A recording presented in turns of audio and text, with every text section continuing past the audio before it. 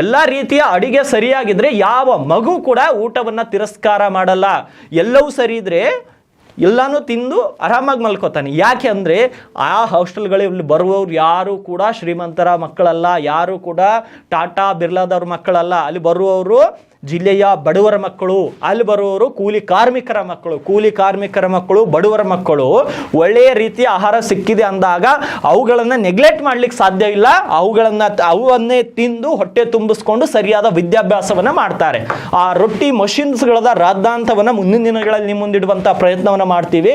ಆ ಮಟ್ಟಿಗೆ ಅವುಗಳು ಈ ಕೆಲವೊಂದು ಕಡೆ ಅಂತೂ ಕಾರ್ಯನಿರ್ವಹಿಸ್ತಾ ಇಲ್ಲ, ಇದ್ದಿನ ಕಡೆ ಕೂಡ ಸರಿಯಾಗಿ ಆಗಲ್ಲ. ಅದ್ರ ತುಂಬ ದೊಡ್ಡ ಸಮಸ್ಯೆನೇ ಇದೆ. ಆ ಸಮಸ್ಯೆಯನ್ನು ಕೂಡ ನಿಮ್ಮ ಮುಂದಿಡುವಂತಹ ಪ್ರಯತ್ನವನ್ನು ಮಾಡ್ತೇವೆ.